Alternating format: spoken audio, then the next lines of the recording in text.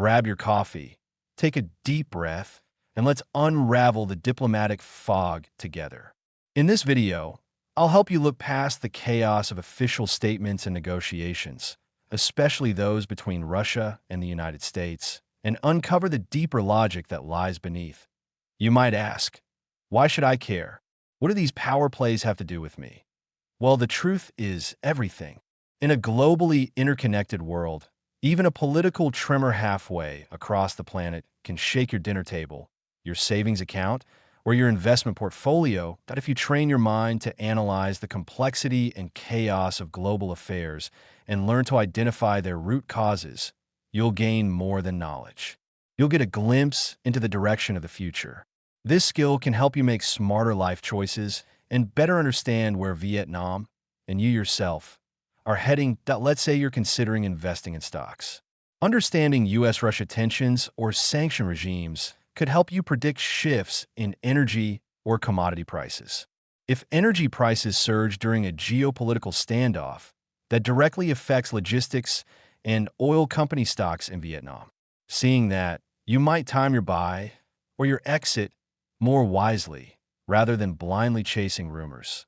That is exactly how understanding geopolitical essence helps you not only survive, but seize opportunity in a world of constant change. Some people wonder how I managed to break down global political and diplomatic issues in such detail. Truth is, I'm not a genius.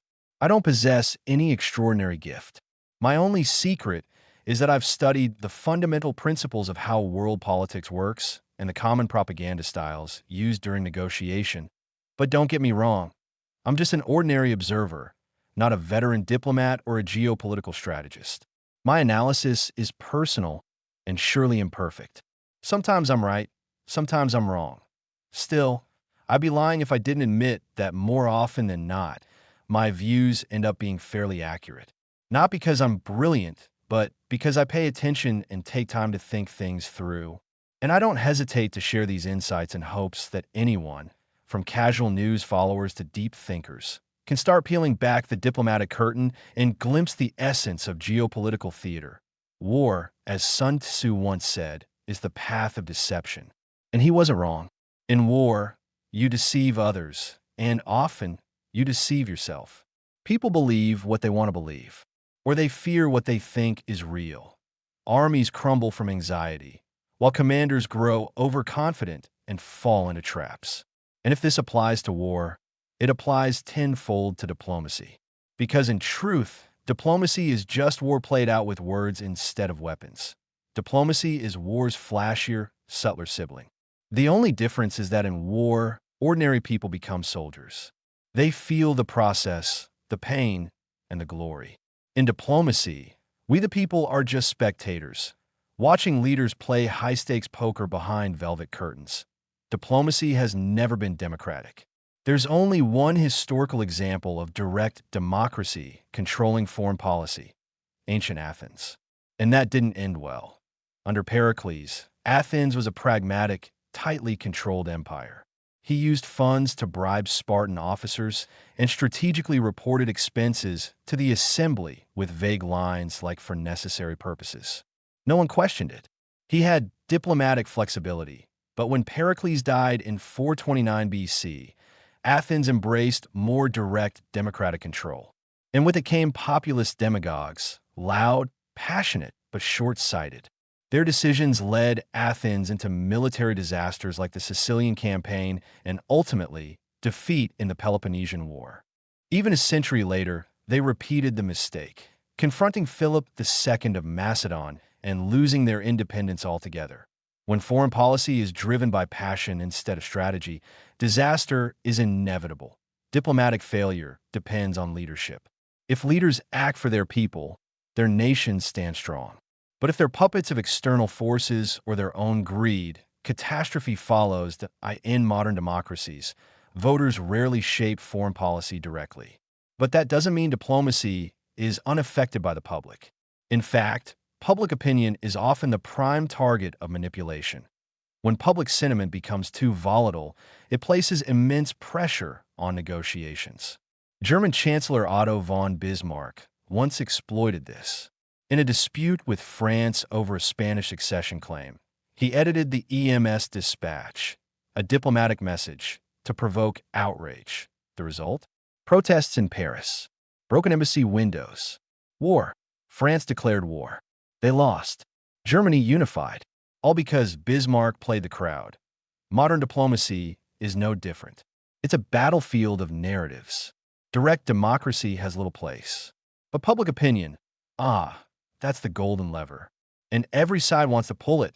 Diplomatic fog is like war fog. It obscures, misleads, and sometimes, strategically, confuses. To avoid getting lost in this mist, you need to remember: 1. Even insiders only control their side of information.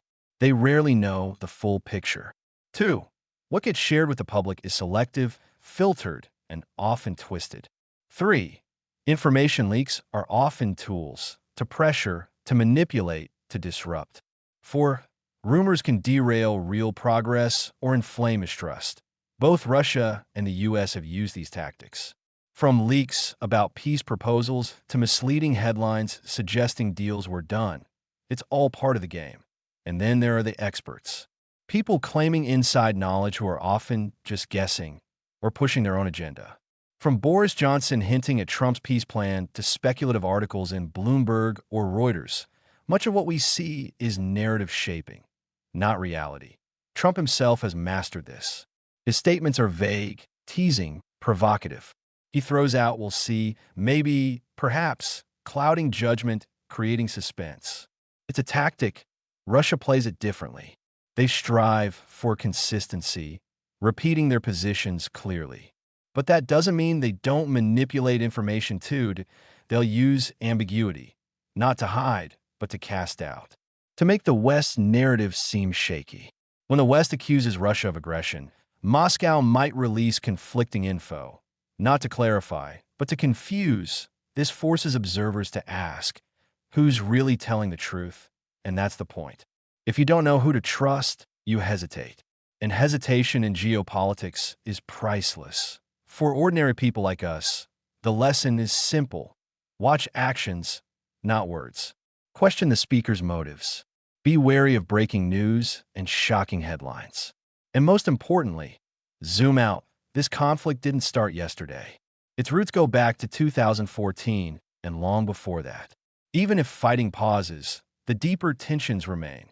European security, NATO's role, and the global power race are still unresolved. And public opinion, on both sides, is deeply entrenched. Russians feel attacked, isolated, and increasingly patriotic. Westerners see Russia as a threat. That won't change overnight. Politicians fear appearing weak. Voters demand toughness. Sanctions and military aid are supported despite long-term costs unless public perception shifts. Unless there's room for calmer voices. Diplomacy will keep hitting the same invisible walls that I end this video. We've seen how diplomacy today is no clean chess game. It's a foggy battlefield of messaging, leaks, spin, and manipulation, played by insiders, echoed by outsiders, and absorbed by us. How do we see clearly through the mist? Don't fall for dramatic declarations. Separate leaks from actual policy. Judge by action, not rhetoric. Always ask, who benefits from this info? And remember, true strategy isn't loud. It hides in silence, in subtleties, in the deals made off camera that if you look closely enough, you might just spot something valuable. A market shift, a warning sign, or even a personal insight worth acting on. Thanks for watching. And thank you for supporting. See you in the next episode.